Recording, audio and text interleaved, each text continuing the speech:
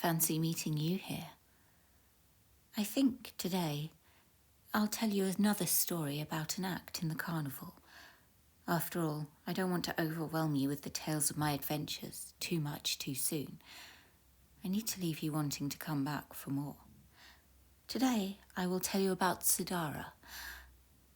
Like most of the others, I have no idea when or why she joined the carnival. But she's a popular performer.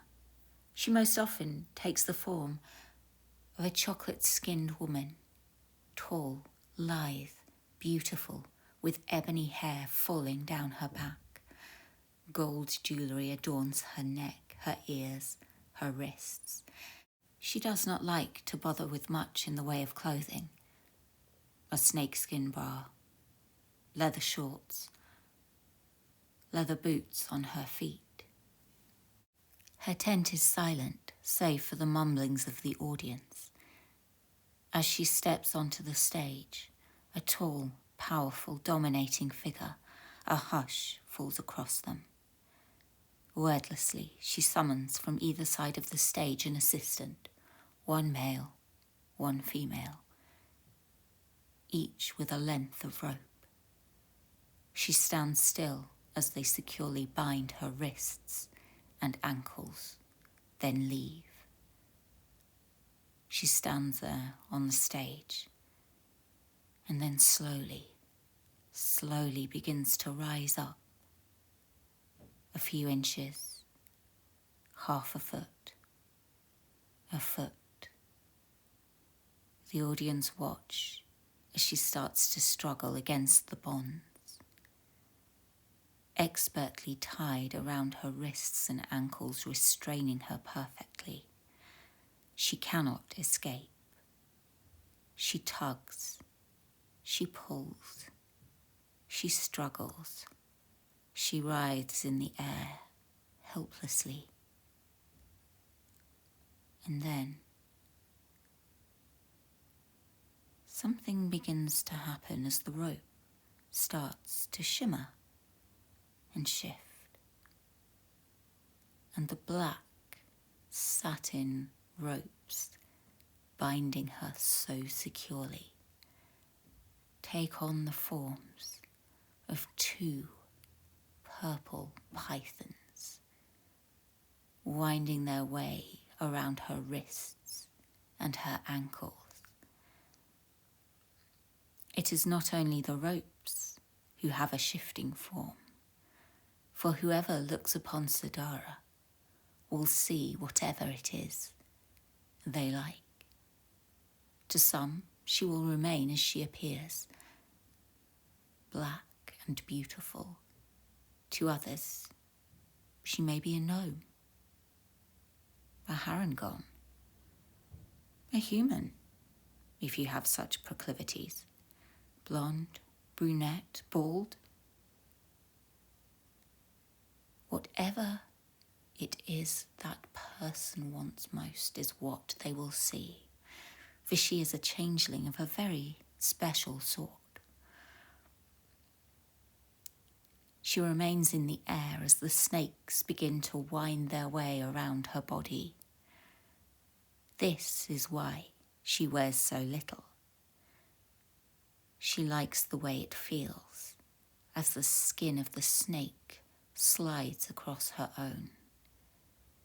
The silence now filled with the low, gentle hissing of the snakes as their tongues flick quickly in and out, sensing what is around them, sensing every inch and every curve of Sidara's body.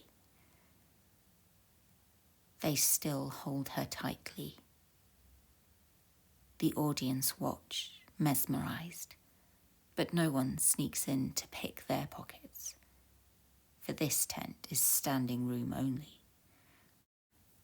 No magic is required to keep them in place. Most are mesmerized, or enthralled, or simply afraid, standing still, unsure whether the snakes may attack them, not knowing whether they may be poisonous or not. I'm pretty sure they're not. Or if they are, then Sidara is immune. In such an act, you're bound to get bitten from time to time, and let's be honest, even a snake can't resist a nibble on something as beautiful as Sidara.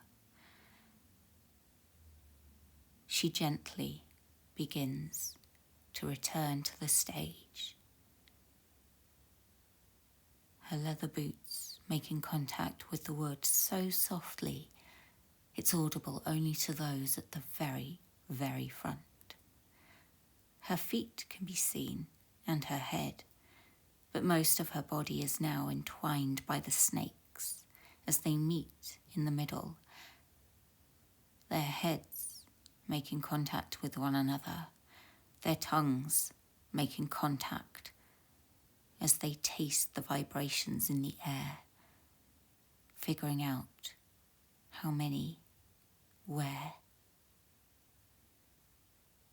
And then they begin to wind their way back, one of them around Sidara's arms and shoulders, and one of them around one of her long, strong legs. And she just stands there in silence, regarding the audience as these magnificent serpents adorn her, clothing in themselves. They must be heavy, but she holds them with ease. She looks at the one around her shoulders, its head resting in her palm, as she kisses it gently on the head, murmuring something in a language few can understand. The snake around her leg has its head on her foot, and it seems to scan across the audience slowly, hissing as it does so. They stand still, watching, afraid to move, unsure whether or not the snakes may attack, not sure if this is real or illusory. It doesn't really matter. The threat is the same either way. Sidara, no longer bound by rope or by snake, begins to move her hips, gyrating them slowly, seductively, sensuously. No music is needed. The hissing sound of the snakes and the sound of their silky, scaly bodies moving across her skin is all that is needed. She begins to turn, and the snakes move with her, moving up and down her body, along the length of her arms and her legs. They are huge, yet she holds them as though they are weightless. They are powerful, yet she maneuvers them as though they are nothing. It is only once she has completed a couple of circles that she moves to the front of the stage and steps down, almost floating, to the ground, the snakes still wrapped around her, the audience parting with a gasp as she is amongst them. Most keep their distance, but a few brave souls reach out to touch the snakes, feeling them cool beneath their fingers. They feel real enough. The same levitation that took her at the beginning takes her once again as she heads back towards the stage. The snakes wrapping themselves around her, one at her wrists and one at her ankles.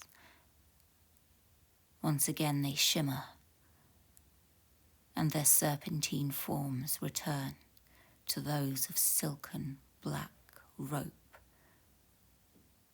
But this time she has loosened the bonds.